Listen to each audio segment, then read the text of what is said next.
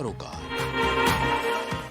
नमस्कार, आप देख रहे हैं प्राइम टीवी। मैं हूं आपके साथ सपना सिंह। वक्त हो चुका इस वक्त की बड़ी खबरों का। बांग्लादेश आरक्षण के विरोध में फैली हिंसा और पूर्व प्रधानमंत्री शेख हसीना के इस्तीफे के बीच सोमवार को 135 लोगों की मौत हो गई। उपद्रवियों ने अस्पताल, होटल और सड़कों पर आगजनी की है। इसके अलावा शेख हसीना की पार्टी आवामी लीग के सांसदों और नेताओं के घरों में तोड़फोड़ की गई। कई जिलों में तो आवामी लीग के नेताओं की हत्या कर दी गई। हिंसा के बाद पूरे देश में अराजकता और अशांति का माहौल है।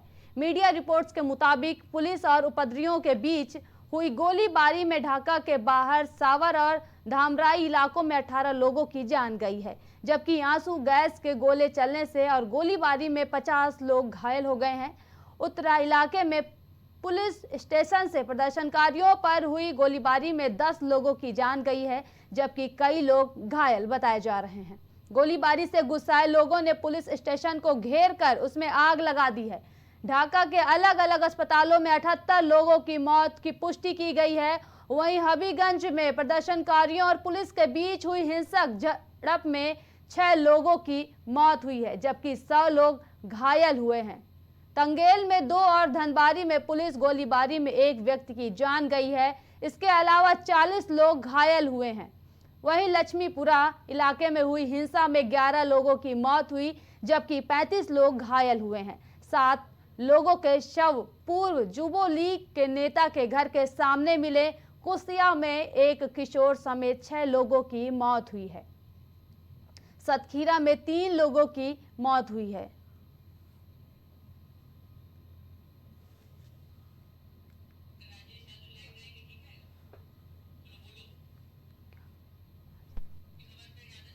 इसी खबर पर ज्यादा जानकारी के लिए हमारे सहयोगी राजेश हमारे साथ लाइव जुड़ चुके हैं। राजेश, किस तरह की तबाही मचाई गई है बांग्लादेश में, डिटेल में बताइए, क्योंकि जो तस्वीरें आ रही हैं ये तो सबको डरा कर रख गई हैं। अगर बात करें बांग्लादेश की, कहीं कहीं जिस तरीके से बांग्लादेश में अगर देखा जाए तो वहाँ पे तख्ता पलट हुआ है। दूसरी चीज आपको बता दें कि वहाँ पे एक इस्लामिक संगठन है, जो इस्लामिक संगठन दावा कर रहा है कि शेख हसीना जहां भी रुकी हो वहां पे उनको खोज कर निकाला जाए और वहां पे उनको घेर कर उनके ऊपर प्रहार किया जाए। जाहिर सी बात है कि इस्लामिक संगठन जो है, जाहिर सी बात उसने ये भी कह दिया है कि अगर किसी भी देश के दूतावास में रुकी है तो उस दूतावास का घेराव किया जाए। तो जाहिर सी बात है कि इस जो इस इस्लामिक संगठन है इसको वहां बांग्लादेश में शेख हसीना ने बैन कर दिया था। तो जिस प्रकार बांग्लादेश में इस समय बिल्कुल पूरी तरीके से भयंकर कोहराम मचा हुआ है, तो उन सब चीजों को लेकर अगर बात की जाए भारत में, तो भारत भी चिंता जताई है, क्योंकि वहां पर बहुत सारे ऐसे सैकड़ों की संख्या में वहां पर लोग मारे गए। उसके अलावा जो इस्लामिक संगठन है, जो जमात उद दावा, तो जाहिर सी बात है कि उसने भी साफ साफ वहां पर जिस तरीके के वहां पे हिंदू हैं, उसके बाद अल्पसंख्यक है, उनके घरों में जाकर तोड़फोड़ की है। उसके अलावा पूरे अगर देखा जाए तो पूरे बांग्लादेश में जिस तरीके का इस समय माहौल है, कहीं कहीं देखा जाए अफरा तफरी का माहौल है पूरे बांग्लादेश में। वहां पर अगर देखा जाए तो वहां बांग्लादेश में जो वहां सेना है, जो बांग्लादेश की सेना है, बांग्लादेश की सेना के कब्जे में पूरा बांग्लादेश है, लेकिन फिर भी जगह जगह पे उपद्रव, जगह जगह पे आगजनी, जगह जगह पे तोड़फोड़ अभी भी चालू है लगातार। जी राजेश, हिंदुओं को ही टारगेट किया जाता है, हिंदुओं को टारगेट किया जा रहा है, उनके घरों पर लोग जा रहे हैं और उपद्रव मचा रहे हैं, मंदिरों को टारगेट किया जा रहा है, वहां पर भी गोलियां चलाई जा रही हैं। आखिर हिंदुओं को ही क्यों टारगेट किया जा रहा है? देखिए, अगर बांग्लादेश की बात करें तो कहीं न कहीं बांग्लादेश अगर देखा जाए तो वो दूसरा पाकिस्तान कहा जाता है। तो जिस तरीके से पाकिस्तान इसका विरोध भी किया है कि भारत को शेख हसीना को पनाह नहीं देनी चाहिए थी, वहीं अगर देखा जाए तो जो बांग्लादेश है वो भी दूसरा पाकिस्तान है, पूर्वी पाकिस्तान है। तो जाहिर सी बात है, जिस तरीके से पाकिस्तान में हिंदुओं के खिलाफ अगर देखा जाए तो जहर उगला जाता है, उसी तरीके से पूर्वी पाकिस्तान भी बांग्लादेश, जाहिर सी बात है कि बांग्लादेश में हिंदू और जो अल्पसंख्यक है वहां पे मतलब जिनकी संख्याएं कम है, तो जाहिर सी बात है कि उनके घरों में घुस के उनके साथ अभद्रता की जा रही है, उनको वहां पे मारा पीटा जा रहा है। यहाँ तक कि कई जगह पे आगजनी भी देखने के लिए वारदात सामने आई है, आगजनी की भी। जी राजेश, मंदिरों पर हमले किए जा रहे हैं, हिंदू, वहां के हिंदू अपने आप को सेफ कैसे लग रहे हैं? क्या भारत से कोई सुविधाएं भेजी गई हैं या भारत से सपोर्ट किया जा रहा है हिंदुओं के लिए? देखिए, अगर बात करें बांग्लादेश में हिंदुओं की, तो जिस तरीके से हिंदुओं के ऊपर वहां प्रहार हो रहा है, कहीं कहीं भारत जो है इस पे अब कड़ी प्रतिक्रिया देने वाला है। जबकि अभी आपको बता दें कि इसी को लेकर सर्वदलीय बैठक की जा रही थी संसद भवन में, जिसमें प्रधानमंत्री मोदी, अमित शाह और रक्षा मंत्री के साथ साथ में अजीत डोभाल, एनएसए जो अजीत डोभाल हैं वो भी मौजूद थे। उसके बाद विदेश मंत्री एस जयशंकर भी मौजूद थे। उसके साथ साथ मैं आपको बता दें कि विपक्ष के नेता राहुल गांधी भी मौजूद थे। तो जाहिर सी बात है कि इन्हीं सारी मुद्दों पर ढेर सारी जी राजेश, चर्चा हुई राहुल है। गांधी भी मौजूद थे बैठक में। राहुल गांधी ने सवाल उठाए, तो क्या क्या सवाल उठाए थे राहुल गांधी ने? देखिए, राहुल गांधी ने सवाल उठाया, जिस तरीके से वहां पर हिंदुओं पर प्रहार हो रहा है, कहीं कहीं देखा जाए हिंदुओं के प्रहार को लेकर राहुल गांधी ने सवाल उठाया है कि अगर हिंदुओं पर प्रहार किया जा रहा है बांग्लादेश में, तो जाहिर सी बात है उनको सुरक्षा के लिए या उनकी सलामती के लिए भारत जो है कहीं कहीं कहीं कोई ठोस कदम भारत को उठाना चाहिए। जाहिर सी बात है, जिस तरीके से बांग्लादेश में अभी हिंदुओं के ऊपर वहां पे वार हो रहा है, कहीं कहीं देखा जाए उसके लिए भारत को कड़ा कदम उठाना चाहिए अभी। जी राजेश, वहां की आर्मी चीफ कह रही कि मैंने हालात को काबू कर लिया है, लेकिन वहां से जो तस्वीरें आ रही हैं हैरान करने वाली है। तो आर्मी चीफ जो वहां की कह रही है कि मैंने काबू कर लिया है, तो क्या ये झूठ है? और ये तस्वीरें आ रही, क्या ये तस्वीरें झूठी हैं? देखिए, अगर बात करें वहां पे आर्मी चीफ की, तो जाहिर सी बात है कि आर्मी चीफ ने कल प्रेस कॉन्फ्रेंस की थी। उसके बाद आर्मी चीफ ने दावा किया था कि अब अंतरिम सरकार यहाँ पे सरकार बनाएगी। तो जो अंतरिम सरकार के रूप में वहां पे मोहम्मद यूनुस, जो नोबेल पुरस्कार विजेता भी है, वो जो है वहां पे प्रधानमंत्री बन सकते हैं। लेकिन फिलहाल अभी जिस तरीके से हिंदुओं को टारगेट किया जा रहा है बांग्लादेश में, कहीं कहीं ये बहुत बड़ी चिंताजनक, बहुत बड़ी बात है। उसके लिए भारत सरकार को कहीं कहीं कोई ठोस कदम उठाना चाहिए, जिसको लेकर वहां हिंदुओं की सुरक्षा और हिंदुओं को वहां पे बचाया जा सके। जी राजेश, वहां पर भारत के नागरिक हैं उनके लिए क्या व्यवस्थाएं की गई हैं? और बताया जा रहा है कि 8,000 छात्रों को भारत वापस ले लिया गया है, इस पर क्या अपडेट है? जा रहा है वहाँ हिंदुओं को टारगेट किया जा रहा है। कहीं कहीं अब पीएम मोदी को ठोस कदम उठाना होगा, और ठोस कदम उठाने के लिए वहां से काफी हिंदू वापस इंडिया में भी उनको सुरक्षा देने के लिए, सुरक्षा प्रदान करने के लिए और उनको भारत लाने के लिए कदम प्रधानमंत्री मोदी उठा रहे हैं।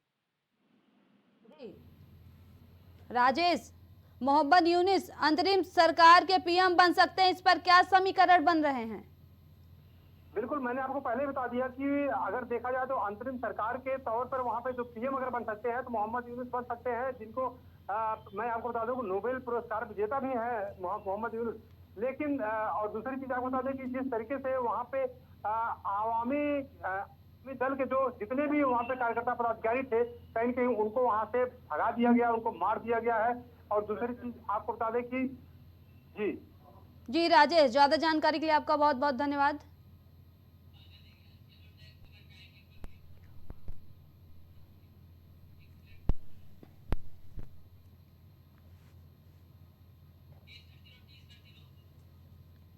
आपको बता दें कि बांग्लादेश के जो हालात हैं, लोगों को डरा कर रख दिया गया है।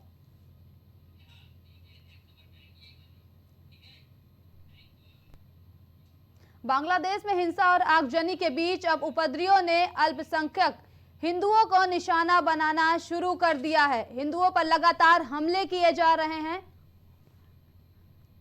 भीड़ चुन चुनकर हिंदुओं को निशाना बना रही है, घरों में आग लगाई जा रही है, दुकानों को लूटा जा रहा है।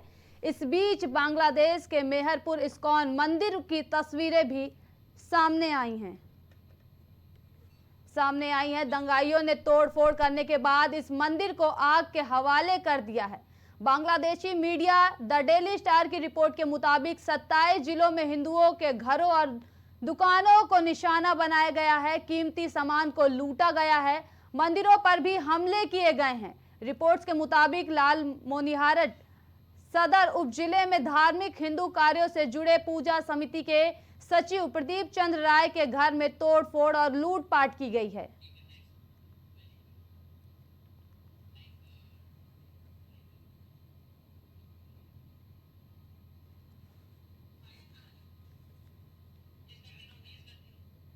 आपको बता दें कि बांग्लादेश के हालात अभी भी सही नहीं हैं। बांग्लादेश में आरक्षण को लेकर शुरू हुए बवाल ने प्रधानमंत्री शेख हसीना से उनकी कुर्सी छीन ली है। भारी प्रदर्शन के बाद तख्ता पलट हो गया है। प्रधानमंत्री शेख हसीना को भारत में शरण लेनी पड़ी। उनके बांग्लादेश छोड़ते ही पूरे देश में भारी बवाल देखा जा रहा है। बांग्लादेश में हिंदू मंदिरों पर हमले हो रहे हैं। वहीं शेख हसीना भागकर भारत आ गई हैं। सोमवार यानी कि कल वह भारत पहुंची और यहाँ कुछ समय के लिए शरण ले सकती हैं शेख हसीना। रिपोर्ट्स के बाद आपको बता दें कि यहां से वह लंदन जा सकती हैं। प्रधानमंत्री नरेंद्र मोदी ने सुरक्षा और बांग्लादेश के हालात को लेकर बैठक की। संयुक्त राष्ट्र प्रमुख ने लोकतांत्रिक तरीके से सत्ता परिवर्तन की बात भी कही है।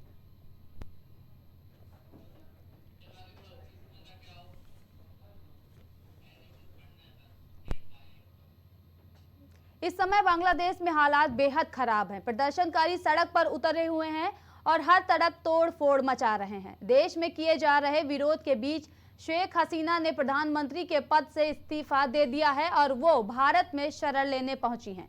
बांग्लादेश में हो रही हिंसा का शिकार क्रिकेट टीम के पूर्व कप्तान मशरफे मुर्तजा भी हुए हैं और प्रदर्शनकारियों ने उनके घर में तोड़फोड़ मचाई और उसे आग के हवाले कर दिया। दरअसल बांग्लादेश के हालात इस वक्त किसी से छुपे नहीं है। तस्वीरों में आप देख सकते हैं कि किस तरह का माहौल देखा जा रहा है बांग्लादेश में।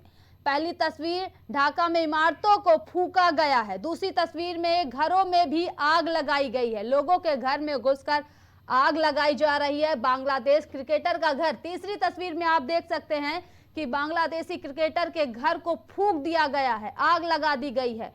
और वहीं चौथी तस्वीर इस्कॉन मंदिर की है, जहां पर लोगों को भी परेशान किया गया। मंदिर में भी तोड़ फोड़ की गई है। वहां सड़क पर लोग उतर चुके हैं और तोड़ फोड़, लूटपाट, आगजनी कर रहे हैं। हिंसा भीषण हो चुकी है और इसकी लपट पूरे बांग्लादेश में देखी जा सकती है। तस्वीरों में भी आप देख सकते हैं। पहली तस्वीर ढाका में है, ढाका की है, जहां इमारतों को फूंका जा रहा है, तोड़ा जा रहा है, दुकानों की लूटपाट की जा रही है। दूसरी तस्वीर में आप देख सकते हैं कि लोग घर के अंदर घुसकर लूटपाट कर रहे हैं, तोड़फोड़ कर रहे हैं और आग लगा दे रहे हैं। तीसरी तस्वीर में आप देख सकते हैं बांग्लादेशी क्रिकेटर की है, क्रिकेटर के घर की है, जिसे फूंक दिया गया है। इस बीच बड़ी खबर, सर्वदलीय बैठक पर विदेश मंत्री का एक्स पर पोस्ट सामने आया है। बांग्लादेश मुद्दे पर विपक्ष और सरकार एक साथ है। अभी भारतीयों को निकालने की जरूरत नहीं है। 8,000 स्टूडेंट वापस आ चुके हैं। सरकार ने दावा किया है कि 8,000 स्टूडेंट बांग्लादेश से भारत वापस आ चुके हैं। एम्बेसी के सभी लोग सेफ हैं, सरकार ने कहा है। शेख हसीना की सुरक्षा का ख्याल रखा जा रहा है। सतखीरा जेल में उपद्रवियों का हंगामा देख सकते हैं तस्वीरों में आपकी। उपद्रवियों ने हंगामा कर दिया है। हमले के बाद करीब 600 कैदी फरार हो चुके हैं। भीड़ ने जेल में तोड़फोड़, हंगामा किया है। तस्वीरों में आप देख सकते हैं। मिली जानकारी के मुताबिक 600 लोग फरार हो चुके हैं जेल से। सतखीरा जेल में उपद्रवियों का हंगामा देखने को मिल रहा है। अभी के लिए इतना ही। देश और दुनिया की तमाम बड़ी खबरों के लिए देखते रहिए प्राइम टीवी।